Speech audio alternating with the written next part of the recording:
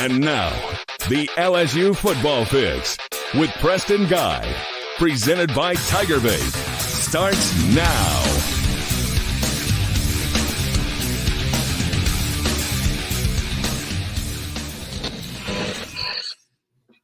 And welcome in to your LSU Football Fix. I'm Preston Guy, your host as always. Join with me as always every Monday night at 8 o'clock is Zack, Nagy, staff writer at Sports Illustrated's LSU Country. Zack, what's going on, man? How'd you enjoy the game this weekend? It was good. Obviously, end of the regular season with a bang. Jayden Daniels did what he does best, and kind of ended the regular season in a really good way. It was exciting to see. Obviously, struggles defensively will kind of be what stole part of the show, but for Jayden Daniels and that offense to walk away on senior night with a bang was really good to see. Well, we're definitely going to talk about that. I'll tell you what, it's funny how at halftime it was just like a punch in the gut, sickening. How LSU was losing the game, but it felt like almost more importantly, I mean, more people were talking about how this defense had flushed away Jayden Daniels' Heisman because he had played something like of the first 30 minutes they were on the field, like 10 minutes or something like that. Yeah. They ended up only playing 23 minutes is all they had the ball for, 48 plays. And to me, against the top 10 defense, 48 plays. Okay, you hung 355 yards and 4 touchdowns. Very impressive. And those throws to end the game, those 3 fourth quarter touchdowns, they were all such dimes. So we're gonna dive into that, talk about that. I see we got a ton of comments in here already. There's lots going on today, guys. So we're gonna talk about LSU getting a commitment from Shone Washington, the defensive tackle from Louisiana, right? But he committed to Georgia, went to JUCO. Now he's at LSU. We're gonna talk about that and the impact there. We're gonna talk about this defensive staff a good bit. That's actually been the hot topic item of the day. It's actually kind of really surpassed the talk about Jayden winning the Heisman. So I do want to talk about that. But then we're gonna go back in I wrote a column on Jayden Daniels and why he should win the Heisman. I wrote that yesterday, a rare Sunday column from Preston. But I just felt it was time to put this rampage of Twitter stuff, kind of put it together into an educated, organized, thought, so that's what I did there. We'll talk about that. But anyways, yeah. So let's dive right on into it. Shone Washington, big defensive tackle. Let's see. I'm gonna pull his height, weight real quick. He is I don't have it in front of me, but anyways, he's a big player. He was Preston, basically, that's a 6'4", 310-pound guy. It is. Before we even just get into it, obviously, you and I were talking in a little production meeting about it. It's a position of need. You need to get somebody to fill that void, and to go get somebody who has some type of college ball experience was really important to me. Obviously, he had a stint at Georgia, won a Natty, and ended up going the JUCO route after for a year, and now he's ready to get back to a 4-year institution. He has 3 years of eligibility left. This is a guy who you can put into your system and develop over the next couple of years. It's not a one and done type thing, 2 years and done. Like, this kid has some time to really, polish his skill set and make an impact to this program. So, you're getting a 6'3", 6'4" guy, and obviously a freak of nature. He's 300 pounds. So again, a pretty big get for this program. And they're not done. They also hosted the #1 defensive lineman in the country at the JUCO ranks this weekend in Jayden Hamlin. So there are some guys that they're keeping after, and you got to monitor that 85-man scholarship limit. But to get 2 of the top 5 defensive linemen in JUCO ball on campus is a pretty big deal this weekend, and ultimately ended with a commitment. Well, and keep in mind, Gabriel Wellaford's still on the table too, although he wouldn't have nearly the impact that Washington or Hamlin would have because, there's just more experienced guys, especially at a position like defensive tackle where just sheer muscle mass matters so much, right? It takes years to build that down, and it's rare that you get an 18-year-old kid, whatever, a teenage kid that can compete with a 20-something-year-old kid. Those years are just so important. But yeah, no, they're going to continue doing work at defensive line. They need some guys. Hopefully Mekhi Wingo will return to school. That'd be a big get for Brian Kelly and this staff. I've said 100 times, a very important aspect of the LSU coach is recruiting your roster every single year. And I love that Brian Kelly has used that exact same terminology because ultimately, what's the old business saying? It's 3 times cheaper to retain a current client than it is to acquire a new client. Uh, it's easier to get guys who are in your system, know what's going on, to develop them than to bring in someone new and have this just rent a player system going on. So definitely want to keep going that. But what else is interesting? I'll talk about alongside this. Armani Goodwin hits the transfer portal. LSU's first in the transfer portal. Before we talk about the impact of the team I just want to say, it's a sad story, right? I mean, the guy showed poise and promise at times. Look, going into the last year, that's your RB1. Like that was your go-to guy for the most part. Obviously, you kind of had a stable of running backs, but he was a guy who was taking significant snaps before that injury. He was like 45, 46 carries, nearly 300 in his career, yards. yeah. He also played a good bit in 2021. Yeah, and he played a lot as a true freshman. He took some snaps as a true freshman. Going into your sophomore campaign, it was expected he took that next step. But like you were saying, kind of a sad story, just injuries derailing his every single year. And you and I are on the same page too. This is a guy that we want to see ultimately go somewhere and get the playing time he deserves, and hopefully reach that potential. Coming off of a few injuries, it'll take some time to get back to full strength. But this is a guy who you want to see succeed. I think he made the right decision, and I think that this is also a year where you're going to need – I mean, there's no scholarship limit anymore. You can bring in as many players as you want and as many needs as this team has. You're going to look at a running back like a Armani Goodwin, who has been solid on the field. I have no problem with his play on the field. The problem is, as many major injuries as he has, number one, can you rely on him to stay healthy? The fact of the matter is, statistically speaking, most guys who get hurt 3 years in a row, they're going to get hurt a 4th year in a row. Their bodies are just built a certain way. It's very sad. I think about guys like Bob Sanders in the NFL. What a career. Position as a whole, it's so tough to stay durable. It's tough. You have to be. It is the most wear and tear of any position is the running back position. But that being said, you don't know if he's going to be healthy, and you don't know how. I mean, he's had some serious injuries. You don't know how he's going to bounce back from those injuries. You really don't. So ultimately, it's one of those things where if a guy's thinking about going and you don't know if he's going to be a serious contributor, maybe you need to open up some of those spots. Yep. Right. So that's exactly what I think is going on there. Not to mention LSU running backs. They've got some guys. They came into this year with 8, right? Yeah. I think John Emery's done. He could probably use a COVID year or whatever and come back. I think he's done. We'll see though. Obviously, seeing him out there on crutches for senior night was not the ideal way to end his career, and it was very sad for him as well. But I don't think he'll be back. I'm not reporting. I don't have inside scoops. I'm just speculating based on how I see the chess pieces align. Logan Diggs would be a guy that would be a huge. When I say recruit your roster, that's who I'm talking about. Bring back a Logan Diggs who had a good year. You're clearly your best running back, right?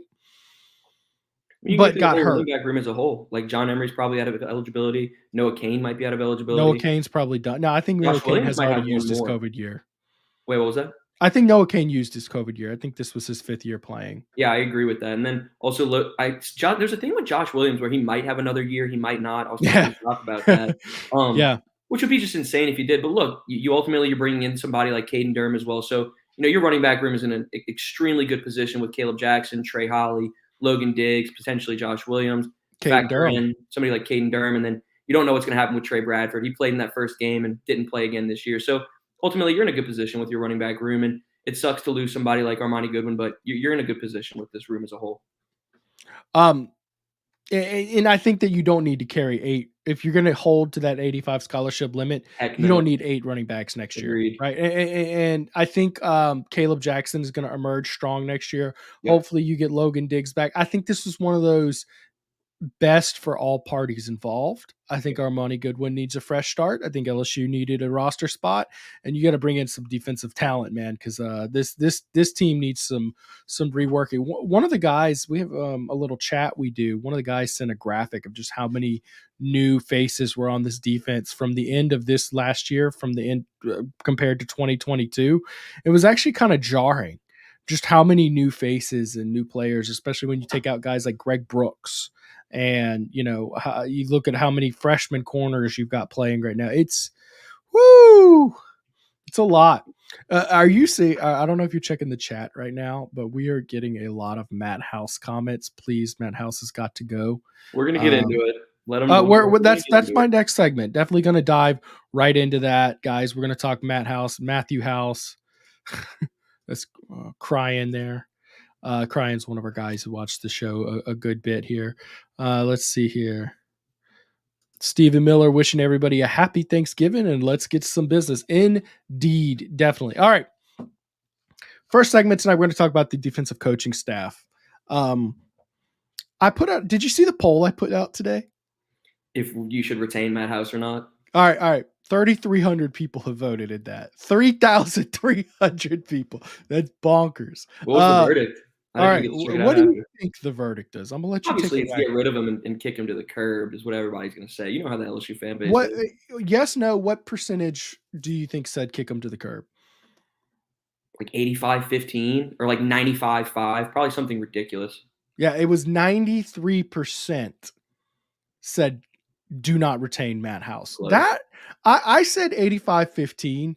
I'm not necessarily all big on, I think that, this defensive staff has ranked, you're in the triple digits of the defensive rankings and you're at a school like LSU. I think excuses wear thin when it's that bad, right? I think that all the excuses people want to put out, these work if your defense was like 60th. Yeah. These work if you were in the middle of the SEC. These work if you had, dude. Like we said, if this defense was just middle of the pack, you're looking at an SEC championship team. Like there's no secret about it. Easy. I mean, possibly a national championship team. I didn't want to go that far, but you know what I meant. Absolutely. Yeah, I mean, but I know if you don't want to be hyperbolic, you're just doing your thing. I get it. I'm just telling you, like 2022 defense on this team probably gets the job done. Mm-hmm. Probably gets the job done. And there is something to be said. Matt House has been a defensive coordinator for 3 years. 2 of them were pretty good. One of them was atrocious. Yeah. So that's just the pros and cons of it. But yes, 93% of people want Matt House gone. Y'all tell me in the chat, by the way, retain Matt, fire Matt. Let me know. That's very controversial. Jordy Collada, who's a good guy, is a good show. The Collada Show is old and independent little thing. He's broken off, longtime radio guy. I did his show last week. Very connected. He knows a lot of people in power at LSU, and he wasn't reporting. Let's not mix this up, because actually there were a couple people out there putting out this was like Jordy Collada is reporting that Matt House. Yeah, he's saying a big deal today. Which always just blows my mind when people with a platform don't understand the difference between, speculation. Like me saying John Emery, I don't think he'll be back, versus me saying John Emery has announced he will not return for the 2024 season. Exactly. That's why I'm staying completely silent on the subject. And I understand that line gets grayer and grayer as journalism infuses itself into content like this. But that being said, he clearly said, I am not reporting. This is just speculating. But he was talking to some guys inside the LSU building. And look, at TigerBait, me and Mike, we've been putting some feelers out. Mike's been putting feelers out there for a month plus. Right. And basically the vibe is that it's not a 100% sure thing he will be fired. I tend to believe that as bad as this defense has been, I don't see how he retains his job. I don't know if this is just a smokescreen for now, whatever, but nothing was pulled today one way or the other. But we are hearing to expect some defensive staff changes. That being said, the Florida Gators have parted ways with Corey Raymond. I have an opinion already locked and loaded. I don't want to influence yours. Why don't you shoot and tell me your thoughts on that? It's a unique situation just because, not necessarily how he departed and everything, because you trust Brian Kelly's vision, you trust his plan. Obviously, Corey Raymond's one of the best recruiters in the game, and he's very good at locking down the state of Louisiana. He went out and he got Wardell Mack, obviously, from here. He does what he does best. He's a fantastic. I had to say, he goes and he does what he does, and he's a fantastic coach, player development wise, recruiting. He does it all. Obviously, his tenure out in Gainesville didn't go accordingly. Some may say. Not sure if I necessarily agree with the decision as a whole to let him go, but ultimately he's back in the free agent market and he's looking for a job. Do I think LSU will go that route? I'm not quite sure.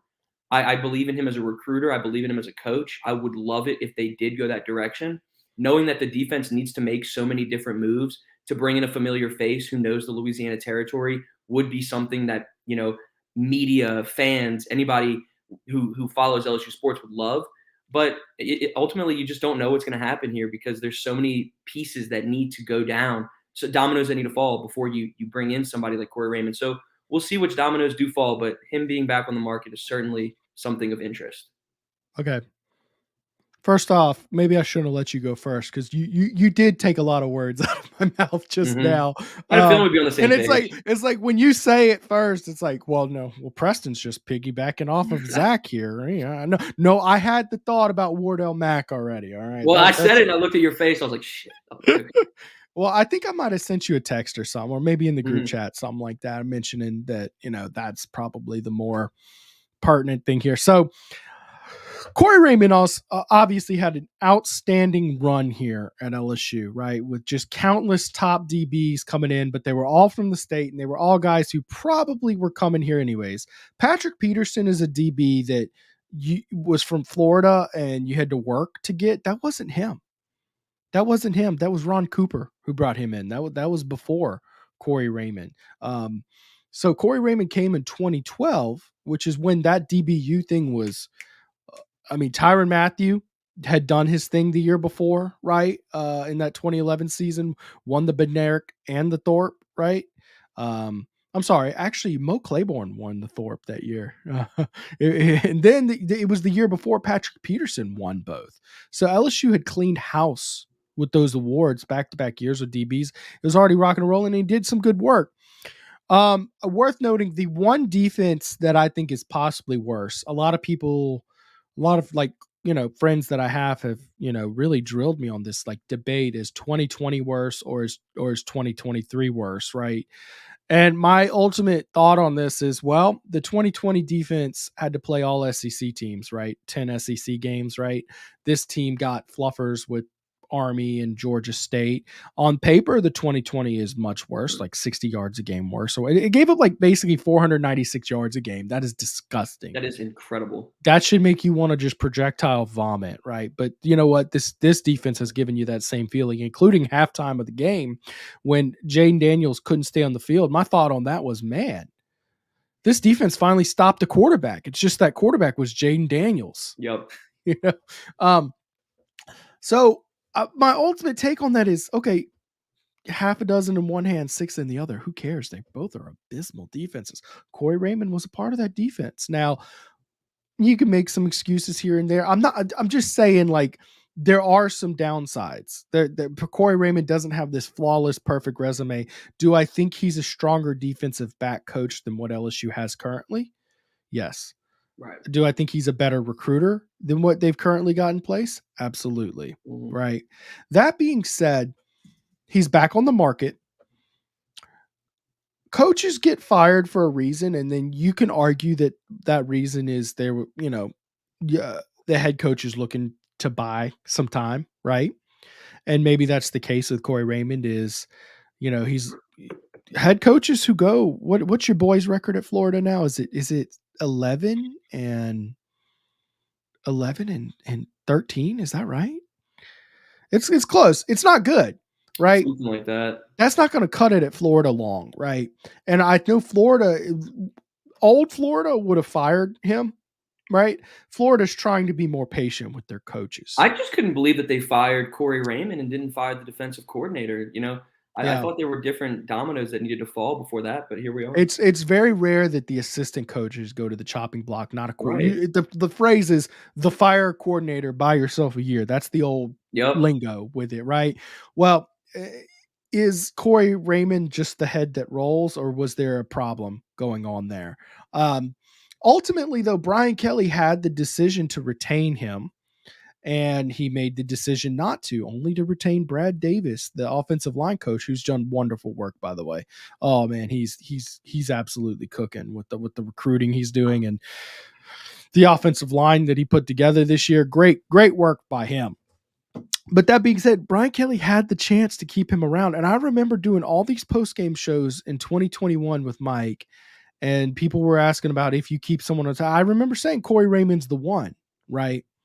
But Brian Kelly didn't seem to think that way.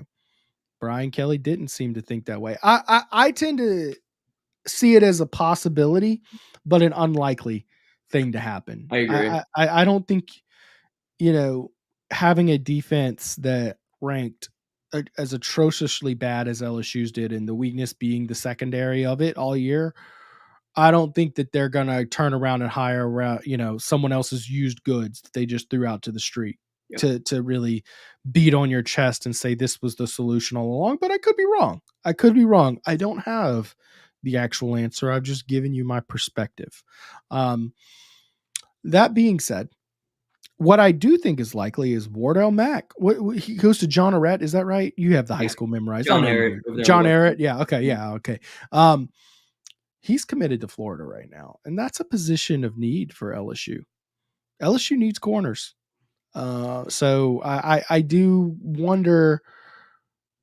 I always wonder with the Louisiana kids who went to another school, and I don't actually have too much noise about Wardell Mack. Are they kids who really wanted to just go somewhere else and not play for the hometown team, or is there something else that did they just get something that was just so compelling from another school that LSU was there, or was LSU just a hat on the table as a courtesy? I got the feeling with Dominic McKinley that LSU had a hat on the table as a courtesy to keep fans just shut up and leave them alone. I'm thinking about LSU, but he never really was, right? Wardell ultimately flipped to Texas. Oh, I'm sorry. Did he? Oh, why am I so dumb there? But anyways. But I was the one who brought it up a couple minutes ago, too, because I was saying the Corey Raymond relationship with Wardell Mack was something that was intriguing because ultimately I forgot he did that. Florida, yeah, that's right. And then at the end of the day, he ended up flipping to Texas. Yeah. So anyways, the argument there is that Corey Raymond, if he were to come back, has that relationship that's already established there, and you have a chance to bring him on board. We'll see, man, with this defensive staff. Let me ask you this. If there were a coach on this defensive staff you would like to see retained, who would it be? It's tough.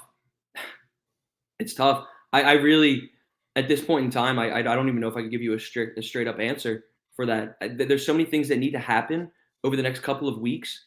I need to see what happens with Matt House. Obviously, the secondary is a position group of concern. I couldn't even give you a straight answer right now, Preston. I really can't even sit here and think. You don't think you give Jimmy Lindsey a pass? I could give Jimmy Lindsey a pass just because I don't know if he's going to even be able to be your defensive line coach right now. He might go down to an analyst type of position for LSU. Obviously, again, speculation. We don't know, but defensive line wise, you could keep him on board just to see what he can do once he eventually shakes back from the health concerns that he was dealing with all season. We'll see, man. I think there'd be a lot of fans who would just be happy just to, wash their hands and be rid of it. We'll see. Hey, look, we got a question. Go Tiger Hoops. Do y'all only talk about the football program or women's basketball too? So on this show, it's going to be primarily football, but one of the reasons I brought Zack on board is he's going to be way better. He covers the women's team and the men's team, and he'll be able to talk a little bit about that. So we'll get you a quick comment here. Any update on Angel Reese or Kateri Poole? They're keeping the Angel Reese situation very close to the vest. For the most part, obviously, everybody knows that Kateri Poole and Angel didn't go on that Cayman Islands trip last week. So for now, I would say no update on that situation, but it's a Final Four rematch on Thursday with Virginia Tech coming to town. So it'll be a top 10 matchup between two really good programs. Who knows? Maybe Angel will return. Obviously speculation here, but I'd love to see Angel suit up for LSU on Thursday against Virginia Tech. I'll leave it at that. That'd be big. It's going to be a big game, man. It's going to be fantastic. When I saw them doing all the outdoor, like Iowa and Iowa women's basketball did a game in their their football stadium, and then Nebraska's volleyball team. I was like, man, they should do that in Tiger Stadium. I was saying that a while back too. Like, could you imagine if they did that in Death Valley with the women's basketball team? They'd sell that thing out.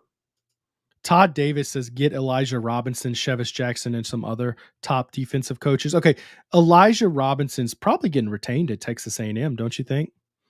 Yeah. I mean, yeah. Mike Elko, by the way, did you see Mike Elko with the Aggie chant at his opening presser? That whole situation is so interesting to me. Like, dude. Obviously he flew in at 2 a.m. and he told his team that he was going to talk with them at 10 a.m. today. Like, the whole situation is super interesting with the Texas A&M hire, but ultimately they got their guy. So I'm not gonna speak on anything about Texas A&M. I know LSU fans hate them. Not gonna say much. It is fun seeing how much LSU fans love to hate on A&M. Chevis Jackson, I mean, look, great player for LSU. He's at a smaller school right now. What school is whatever. It's a smaller school, and I think he would need to get some more experience. A lot of people are bringing him up, though, because he is doing good work there. Pretty sure, I mean, look, Elijah Robinson, if you can get him, that'd be phenomenal. Roll out the Brinks truck. You know what I mean? Like, that's a great coach. He's the reason Dominic McKinley committed to Texas A&M, because he's such an elite defensive line coach. So I'd love to see that. I've got a lot of guys on the board that would be great to bring in. Zach Arnett would be a guy that would be very interesting. We'll see about him. But we'll see. We don't know diddly squat at this point. And I'm not sure that we're going to hear anything too soon. They might wait till signing day to make some decisions on this coaching staff, man. We're just going to have to see. Guys, we're going to get to some ads real quick. We're going to come back. Of course, we're going to get to your comments, but we're going to shift gears and talk a little bit about Jayden Daniels' Heisman situation. I wrote a column on that, and his odds have shifted quite a bit, actually. He was the leader last week, and he's taken a step back. How much of a step back? We'll talk about that when we get back. But anyways, first off, I'm going to tell y'all about Drip IV and their wonderful product they have, semaglutide. Hi everybody, we're so excited to share the news that both our Lafayette and our Baton Rouge location are offering semaglutide for weight loss. If you or someone you know are interested in our medically assisted weight loss program with semaglutide, call Kylie in Lafayette or myself in Baton Rouge. We'd love to speak with you. Guys, have you been struggling to lose weight? Maybe you've heard of a weight loss injections from a friend or family member. This is your sign to check it out. Drip IV offers medically assisted weight loss with semaglutide at both their Baton Rouge and Lafayette locations. Call them to book your consultation. They would love to speak with you. They'll also guide you to the perfect IV drip that fits your need. These IVs are great for anybody feeling under the weather or in need of an energy boost. They're loaded with vitamin C and other great vitamins, amino acids, electrolytes, designed to get you back feeling your best in a hurry. Whether it's a hangover, cold, preparing for a vacation, they have what you need. Located next to Sushiyama and Iverston's at Perkins Crossing at the corner of Perkins and Essen, it's a super convenient location to get your, and walk-ons always welcome. Please say TigerBait for $10 off your first IV drip. For appointments, you can book online or call the location closest to you.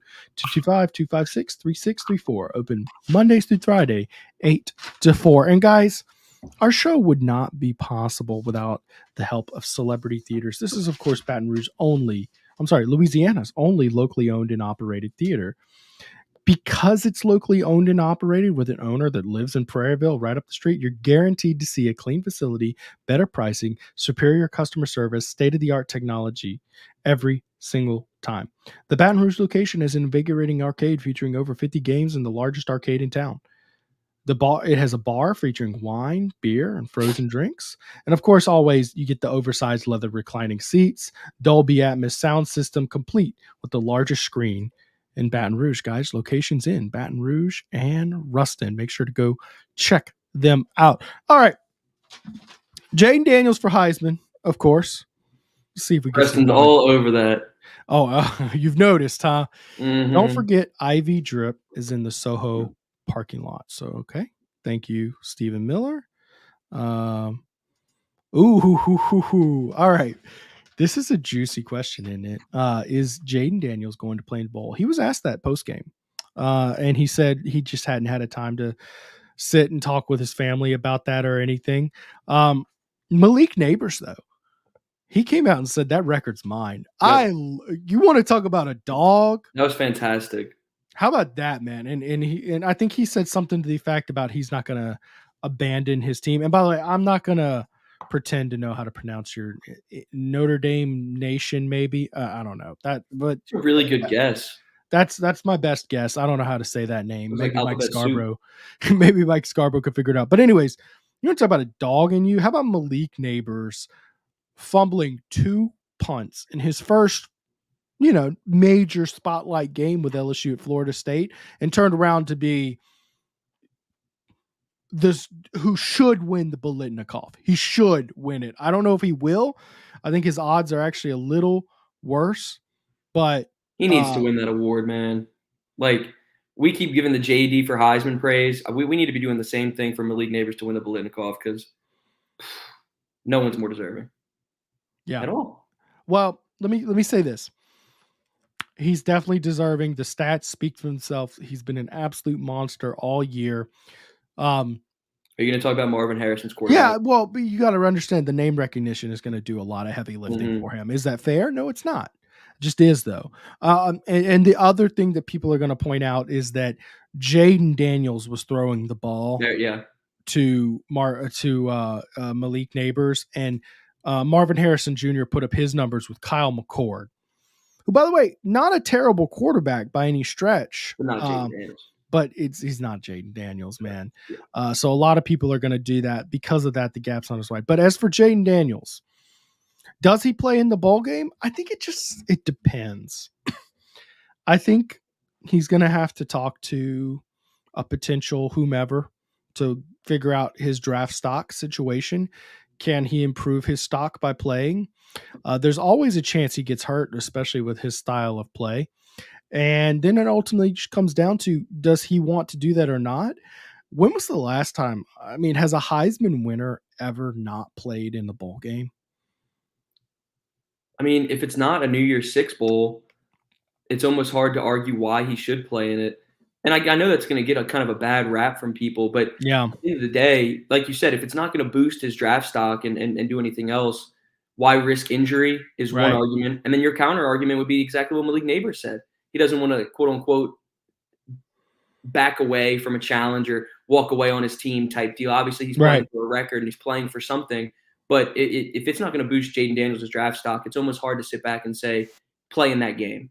Yeah, I'll say this. Malik returning, I think, helps his odds a little bit, because if Malik will be there, he's going to be in Jayden's ears. Like, man, let's break that record, man. Do it for me.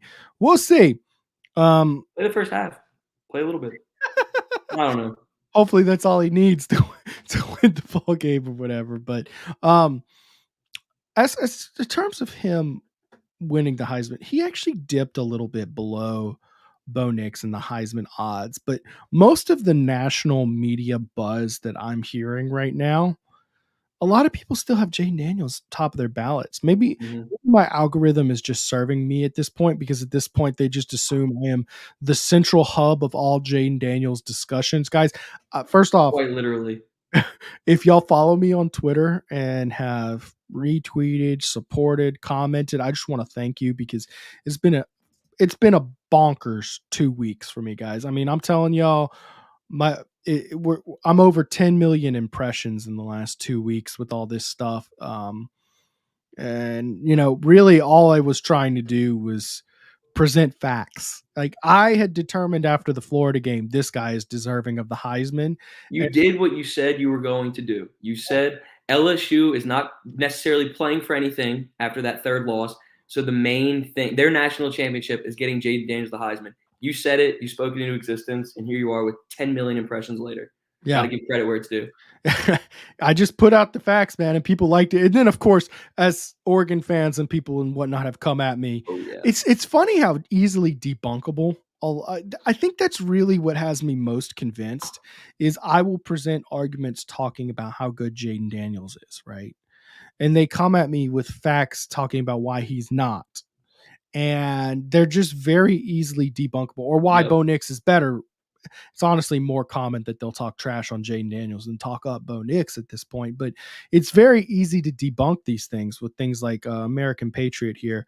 Preston, look, LSU schedules and Harrison's strength of schedule. Marvin played some weak teams with his number.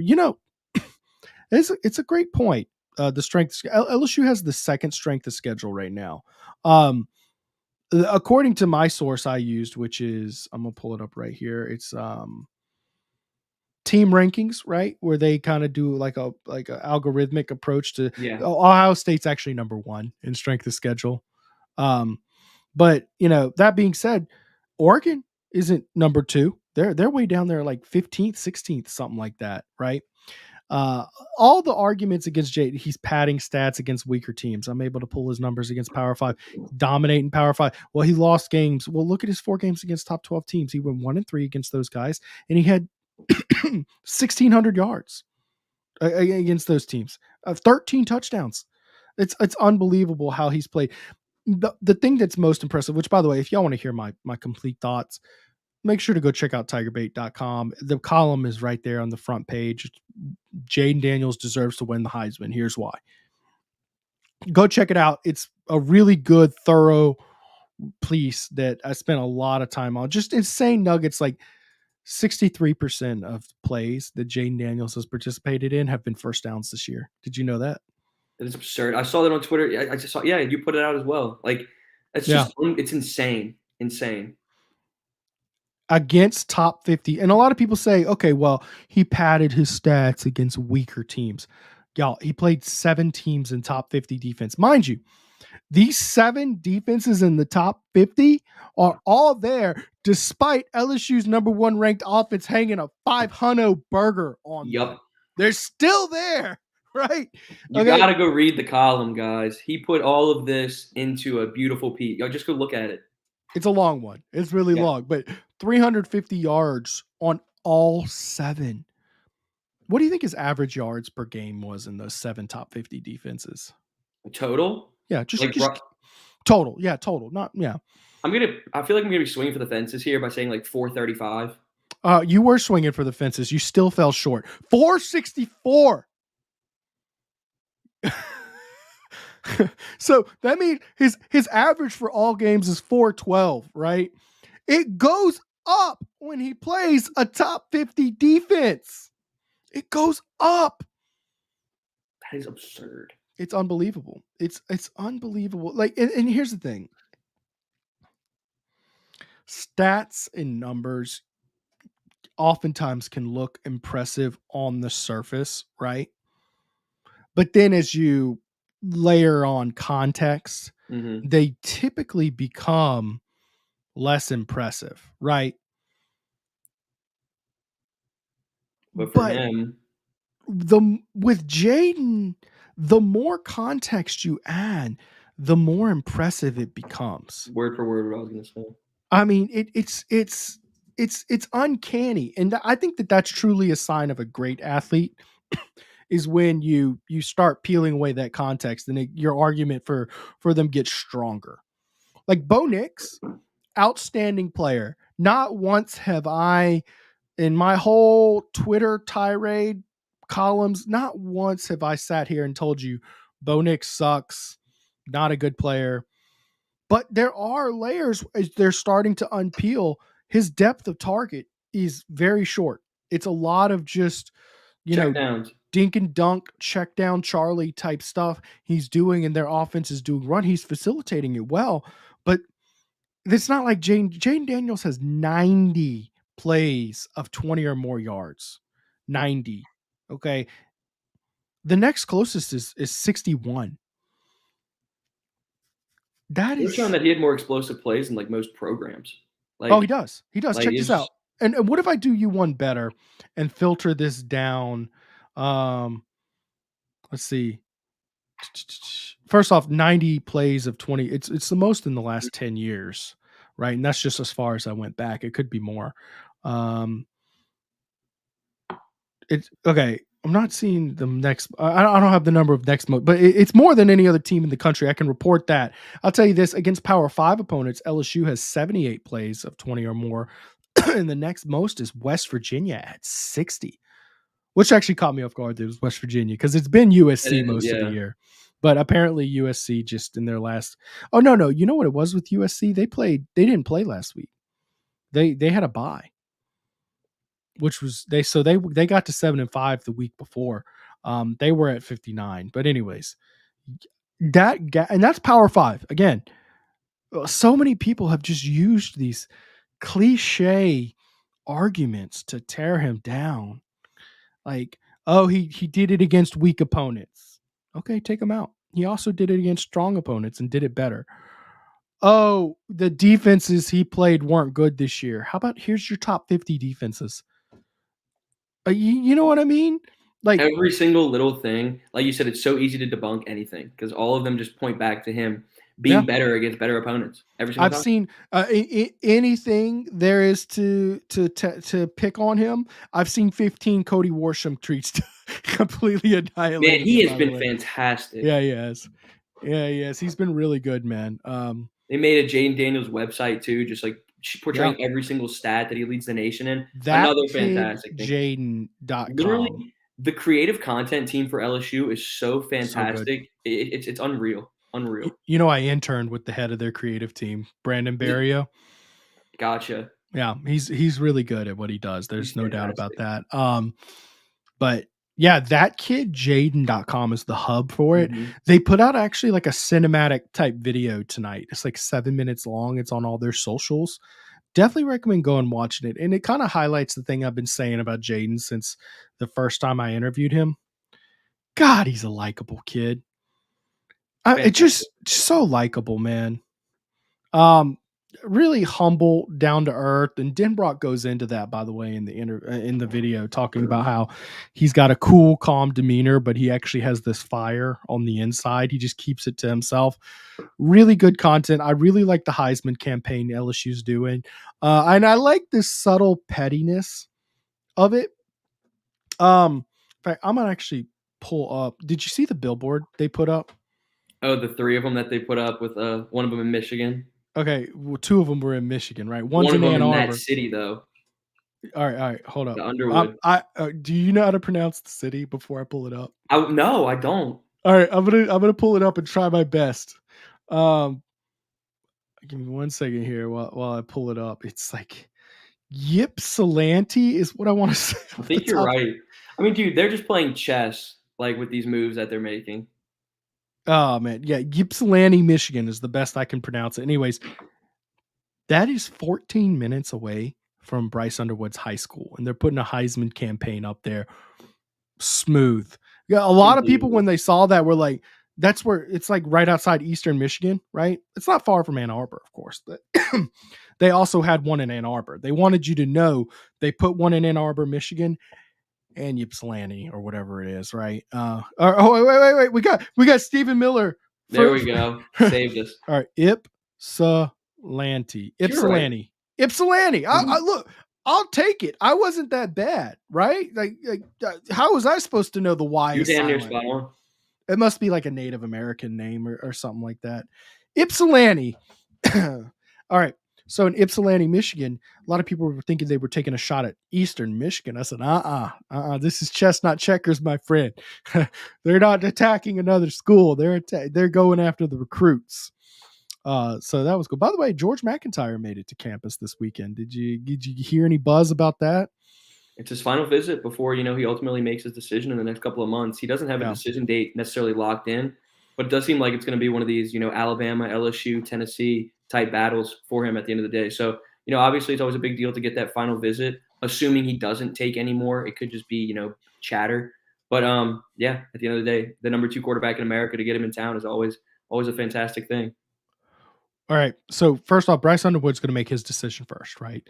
So LSU, if they take Bryce Underwood, that takes themselves out of the table, right? Like they're going to pull their own hat off the table with him. But Brian Kelly spent a good bit of time. I was down on the field and I saw Brian Kelly with him spending some good time with George McIntyre, the number 2 quarterback in the country.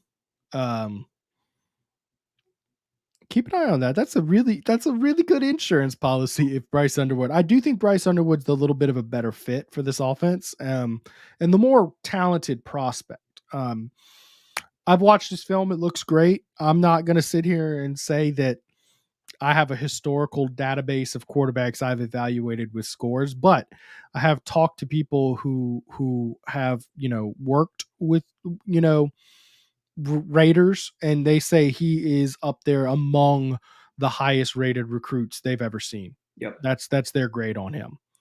So anyways, we're going to keep on talking about Jayden. I want to do a segment getting a little heavier into your comments, talking about whether you want to talk about the defensive staff, Jayden Daniels Heisman talk, or maybe Corey Raymond or Shone Washington committing type, whatever it is you want to talk. I'll get to it. We're going to get to a couple ads real quick, and we're going to get right back to it. Before I do that, guys, if you've enjoyed the show today, please hit that like button. It really helps with our analytics and helps support what we do and gets viewers in here to give us some good support. So please do that. But guys, y'all know who our title sponsor is. It's Celebrity Theaters. Guys, they got locations in Baton Rouge and Ruston. Make sure to go check them out. They've got weekly specials. Tonight is Senior Savings Night, where you get $5 off. Not $5 off, $5 for patrons over the age of 55 all day long. Bargain Tuesday is discounted movie tickets and concessions for all. Wednesday is College Night, where you get students after 5 p.m. get in for $5, and it has half off our arcades all day at the Baton Rouge location.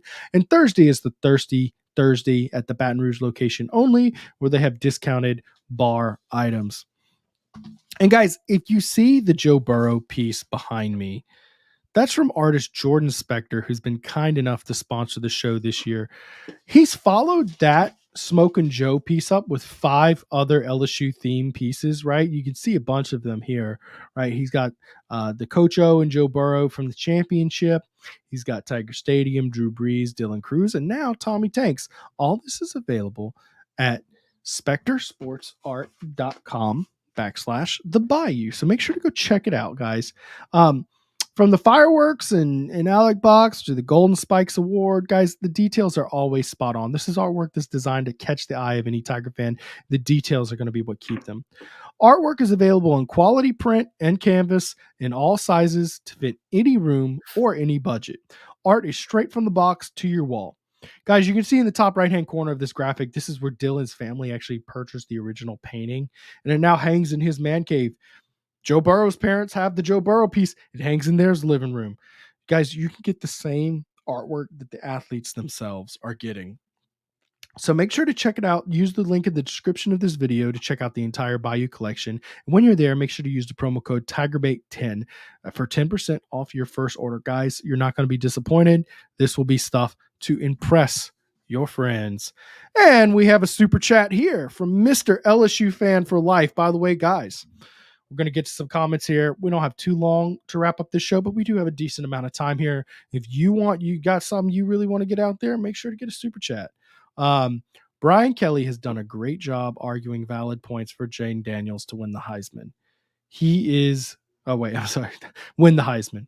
I agree with that. You know, I asked him in his post-game presser after Georgia State, where he had 8 touchdowns, if he was the best player he's ever coached. And I could tell his inner politician was there, not wanting to be too bold, but then he just kind of said, screw it. Yes, I would have to say, yes, he is. He's been coaching football for 32 years as a head coach. I kind of knew on paper that Jayden was the best player he had coached before I asked it. I had done a little bit of homework and I was like, well, Manti Te'o was pretty good, but we're talking about a linebacker who was a Heisman finalist, and Jayden's up to win the darn thing. I'd have to say definitely is. Does anything stand out that Brian Kelly has said to promote Jayden Daniels? Anything stand out to you? He says it almost every Monday press conference that he's had. He said it post game. He's been a huge advocate for Jayden Daniels to win the award. And then obviously, the cherry on top was him saying that he's the best player that he's ever coached. Brian Kelly's a guy who's been around the block. He's had some fantastic guys in his corner, whether it's Notre Dame right now, whenever. But it's pretty clear cut that Jayden Daniels is the best player that he's ever coached. And he's pushed the Jayden Daniels for Heisman thing a significant amount each week, from the numbers to making players around him better, to his leadership qualities in the locker room, to his improvement in his game, development, everything. And he's just continued to push that week in and week out. And obviously hearing him say that it's the best player that he's ever coached was kind of the cherry on top, in my opinion. All right. I have a litany of comments I'm going to air because they're all the same comment. I was about to say, I'm the sitting here exact reading them. opposite comment. So many are coming through.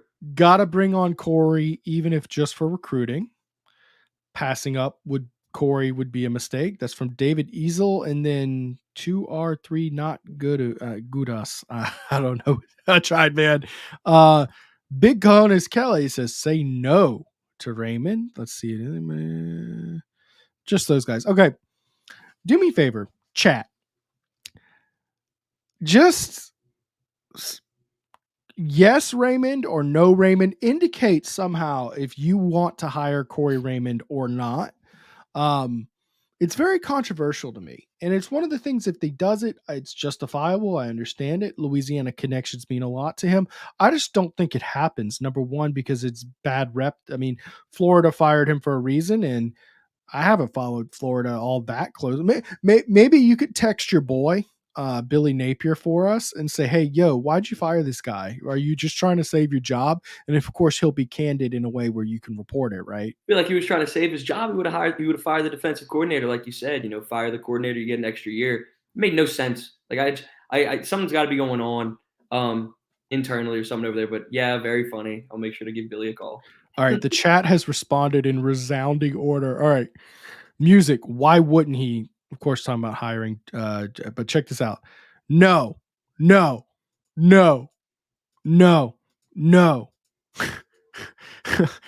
moving so fast here. My screen's not even registering. Gary Williams says yes. Alan, no. Yes.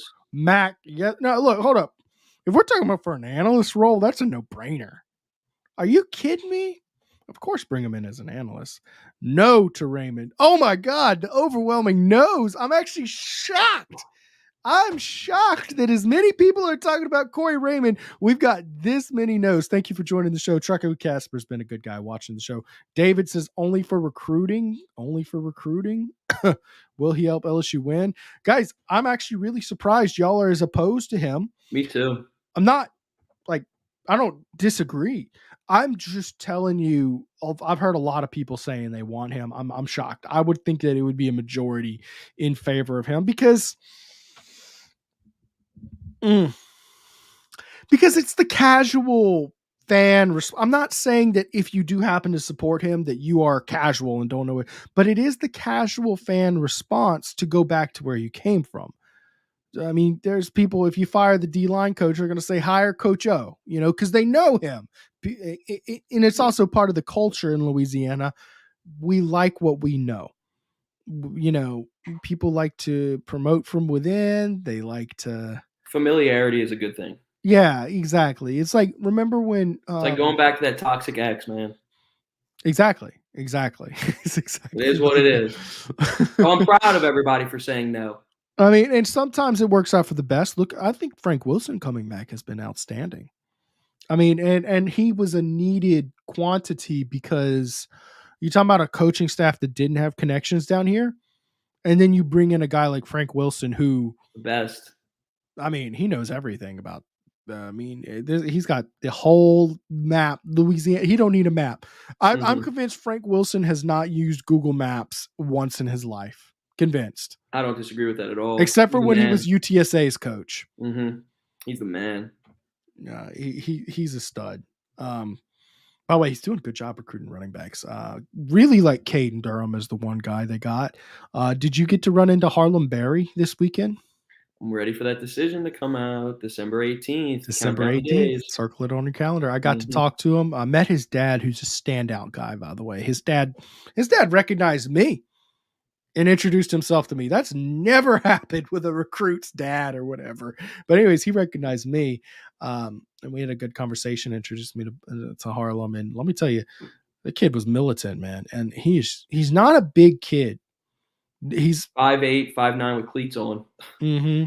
But he doesn't have an inch of fat on his body. He's chiseled. And he's a stud. He's a real stud. He's going to be, who he reminds me of? You remember Noel Devine at West Virginia? You might be a little too young for that. All right. So Noel Devine was just this little short, fast scat back for West Virginia.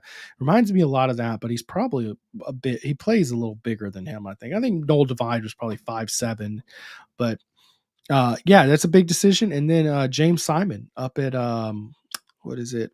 That's Shreveport from Shreveport. Anyways, I can't remember the high school off the top of my head. It's not Captain Shreve, not Evangel. Calvary Baptist. That's right. Yeah, Calvary. Yeah, I always forget them as it's a powerhouse school up there too. But yeah, he's got some good work going on down here. All right, let's see if I can find a comment that's not Corey Raymond, because it's just been so. Oh man, whew. Todd Davis says, why not Chevis? He's talking about Chevis Jackson, the former LSU Tiger. The answer, I've heard he's doing a good job there, but it is a smaller school. It just is a little. It's not really common that you make the step from Marshall to LSU. You know, it's just and unless you're Andre Sam, you know. Got a super chat here. LA Chris. Do you see this success of Jayden Daniels can usher in a quarterback renaissance and change the narrative of how we can land athletic quarterbacks that can actually throw? Chris, it's a very good comment. Thank you for commenting. Yes, absolutely, I do. I think it's. I don't think it will usher. I think it has ushered in a renaissance. When Joe Burrow won the Heisman Trophy, being, and having the best season in the history of college football, that narrative started to change. But it's one of those things. Lightning strike once, it could be a coincidence. You know, if it hits twice, there's something going on, right? With Jayden Daniels, whether he wins it or not. Now, if he wins it, huge, but it's already, the perceptions change. LSU has now put together two quarterbacks. And by the way, the statistics on paper show that Jayden Daniels and Joe Burrow are two of the best quarterbacks to come out in the last 10 years, right? So, yeah, and I think we're seeing that with recruiting already. So first off, Colin Hurley was a 5-star in the 2025 class, and when he reclassified, he's very young. When he enrolls in spring camp, spring ball, right? He's going to be 16 years old. Yeah, that's crazy. When he enrolls at LSU, right? He will turn 17 just before the spring game. He hasn't been able to keep up with the 18-year-olds, right? That's just been what it is. I mean, a lot of these guys are a year or 2 years older than him right now. I mean, he was already young for his grade, because August, summer birthdays, those are going to be your oldest. Mid-March birthday was what he has. You're already young for your class, right? And then he skipped ahead a year. So I think Colin Hurley is a guy who has potential to be good, which, by the way, we're going to have Colin Hurley on the show soon for National Signing Day. Looking forward to that. But he's a kid that coaches love. I mean, absolutely love. High quality, high character guy, just standout kid. So yes, that's one right there. And then you look to 2025, where you're recruiting Bryce Young, and LSU is the odds-on favorite to land Bryce Young. If LSU doesn't land Bryce Young at this point, something went wrong. Although, did you see Colorado had both their quarterbacks decommit? Yeah, I'm not looking into that. I'm not thinking about that all that much, to be honest. Neither. But I did see that they lost their 2024 and 2025.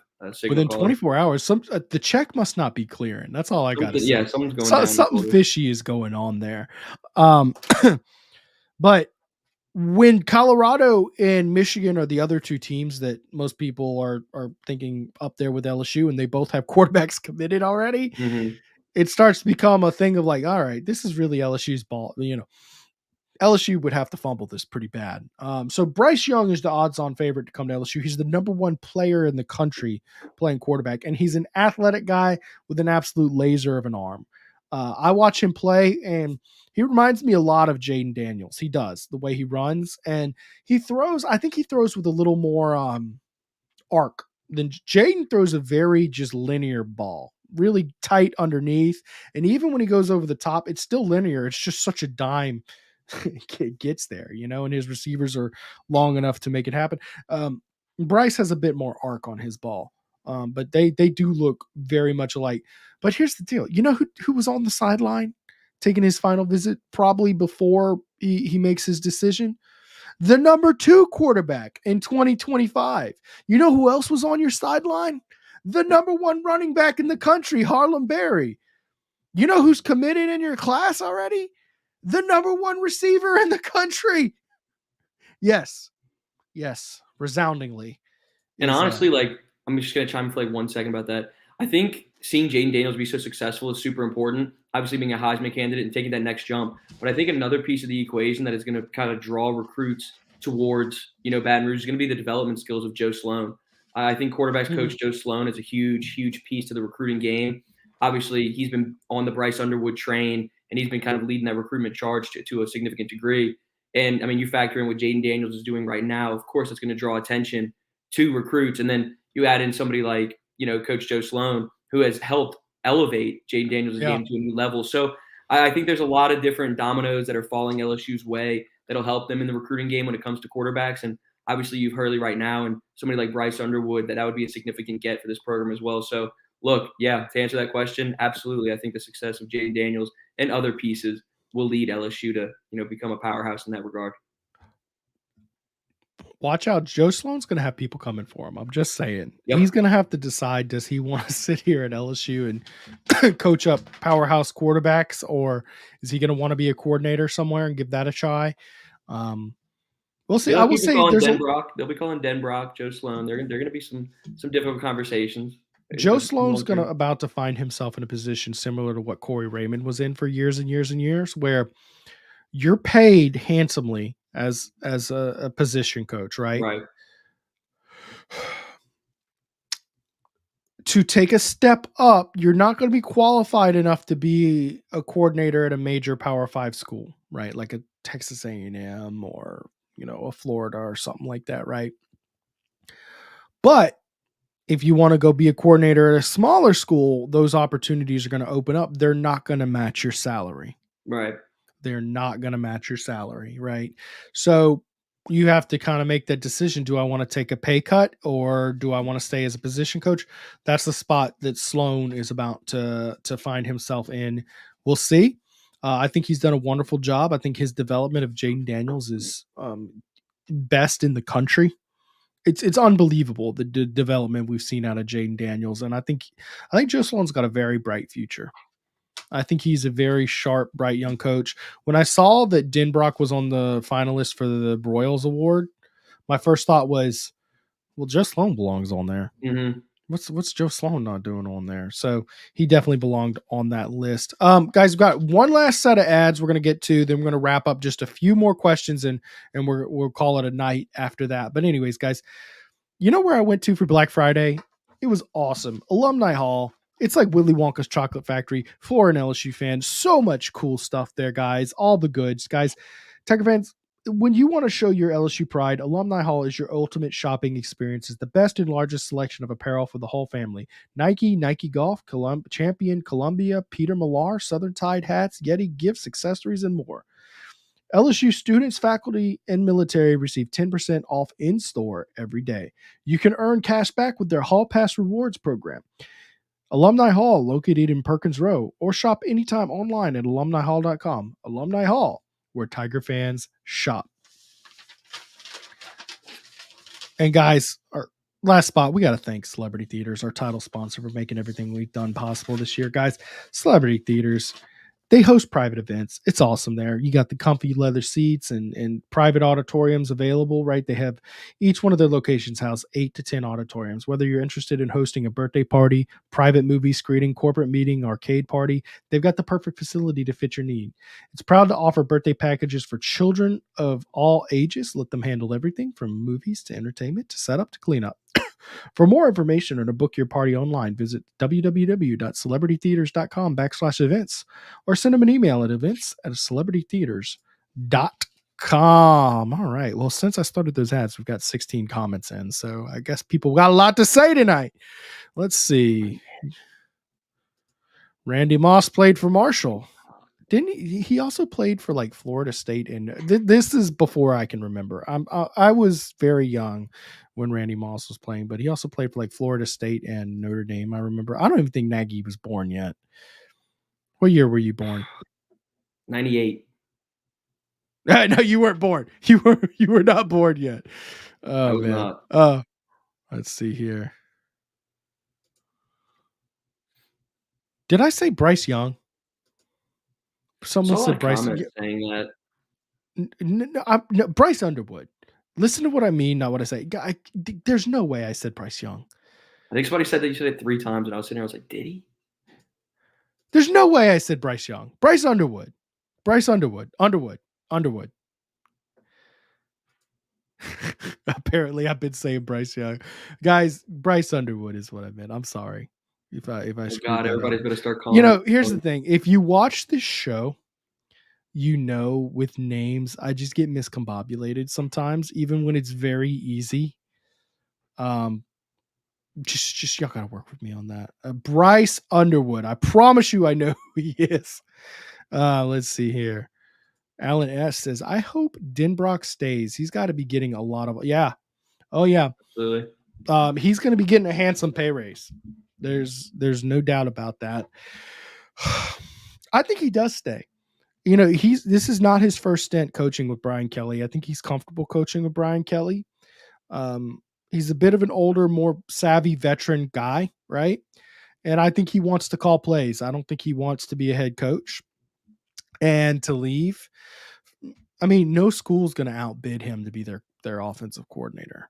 I think that was kind of like a thing that you and I talked about last week as well. It's like, it's not his first stint with Brian Kelly. He's 60 years old-ish. We'll say 60. So it's just, I think him staying alongside Brian Kelly for the long haul is something that is of intrigue to him. Yeah. And, I don't think there's any other college football team that will pluck him away from LSU because of the comfort and familiarity with Big BK. He would have to be offered, it'd be like Dave Aranda. He'd have to be offered a job like a Baylor, right? Yeah. Maybe, by the way, you see Baylor is retaining Dave Aranda. I did see that. I talked to some of our Sikkim 365. That's our sister site for Baylor. And they were like, remarkably, yes, Dave Aranda will retain his job. I'll give him the benefit of the doubt over there. Obviously, the record isn't what Baylor fans want at the time, but they played more true freshmen than any program in the country. So the future could potentially be bright, for Baylor. But yeah, I'm glad he got retained. Samp, I'm right there with you. I don't think he's going anywhere. I think LSU's got a real good situation. I think Brian Kelly had a real good eye to bring Denbrock in. Now, Brian Smith is asking about the other position. All right. We've touched on this a lot, this show for sure. Do you think LSU will hire a defensive coordinator? To put it bluntly, I'm not sure. On one hand, I'm hearing whispers. I heard Jordy Collado on his show, and I know as connected as he is, he's hearing that he may stay in Tech, but that's the same whispers we've been hearing at TigerBait for a while, that it's not for sure that he's going to get fired. I do think for sure there will be some defensive adjustments, but we'll see. At the same time, I continue to believe deep down in my gut, it's very difficult to retain a coach who ranked 101 in total defense. What do you think about this, Zach? Most of what I'm feeling is that it's going to be pretty challenging to keep him on board, just because it's going to be something that could lose the fan base for somebody like Brian Kelly. You keep him on board, and you're going to have a lot of pissed off fans. You're going to have some people who aren't very happy with him, and then you enter a year where it's kind of like a do or die type year. And I not necessarily for Brian Kelly, but I'm talking about from the defensive side of the ball. And I think it's the type of thing where you don't have to get rid of him. Yeah. But cleaning house defensively is something that should be of intrigue for this program. I think Matt House is an excellent coach at times. We saw what he did last year.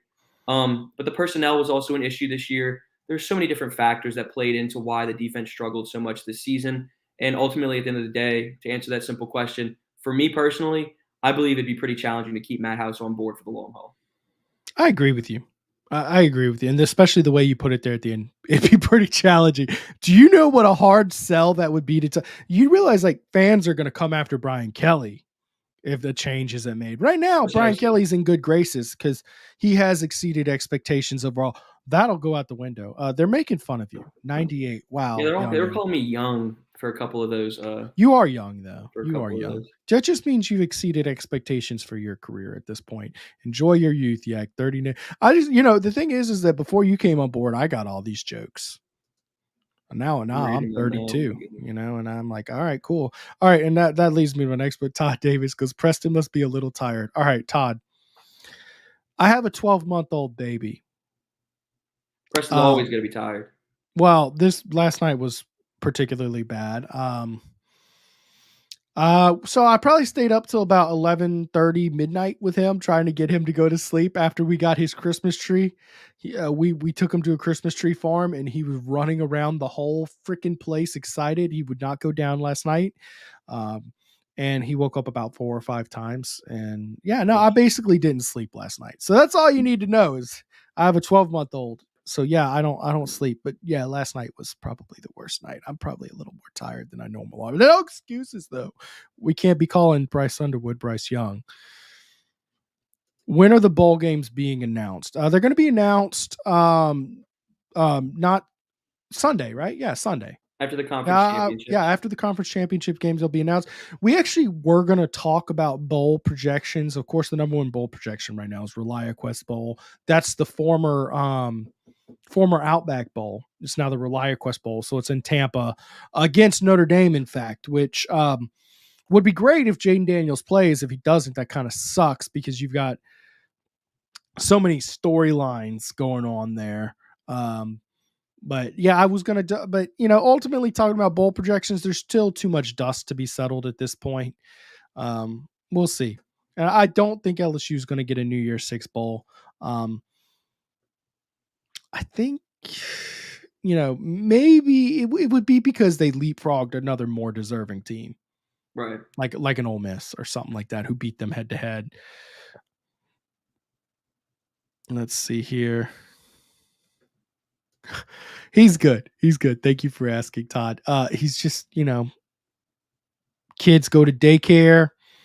They get sick every other week, and every time they get sick, they don't sleep. Josh says he feels my pain. I have 4 boys and remembers those days. Hey, Zack, stay single for a while, man. Enjoy this. Just breathe it all in. Just turn off and go say hey to your roommates and go straight to bed. Cause it doesn't last forever. Anyways, guys, I really appreciate y'all. This has been a good show tonight. We went a little extra long tonight. Appreciate Zack for sticking around for that. Guys, y'all make sure to hit like on the show if y'all enjoyed it. And guys, go check out TigerBait.com. I want y'all to go read the column I wrote about Jayden Daniels and his campaign for the Heisman. I thoroughly believe that after reading that column, you'll be armed with every piece of information you need to rebut every asinine comment you see on your social feeds and fight it. And you should be fighting these fights right now because the Heisman is a battle of perception. It is not a battle that's won on the field. Every time you put something out, every time you share something, it's actually helping sway voters. I think it will have a real tangible impact. So y'all go check out that column on TigerBait.com. Also, the best time to subscribe to TigerBait for $1. Guys, the next 45 days, we're going to see November 30th is Keelan Moses is making his decision, the U-High linebacker. December 18th is going to be Harlem Berry. January 6th is going to be Bryce Underwood. Did I mess up anybody's name there? I think I got them all 3 for 3. Boom, boom, boom. We got defensive staffing adjustments that are inevitably going to come. Some defensive staffing adjustment will have to be made. We got the Heisman Trophy ceremony we'll be covering. Ball game, National Signing Day. Y'all, November's the best time to get involved with sports. Best month for college football for sure. Anyways, appreciate y'all for giving us a look here. Make sure to go follow Zack on Twitter, by the way, at ZNaggy20. He has these very how would you define your style on Twitter? It's like very organized, analytical, right? Mm-hmm. Yeah, it's quality, not quantity content. For me, it's very much so. It's a lot. I put a lot out there. I fight those battles on Twitter. If someone wants to slander Jayden, I'll be. Preston's right there throwing some haymakers right back. I'm dunking people on Twitter, man. I have a little bit of fun with it. So anyways, guys, appreciate y'all for watching. Y'all have a great night. Hope everybody had a great Thanksgiving.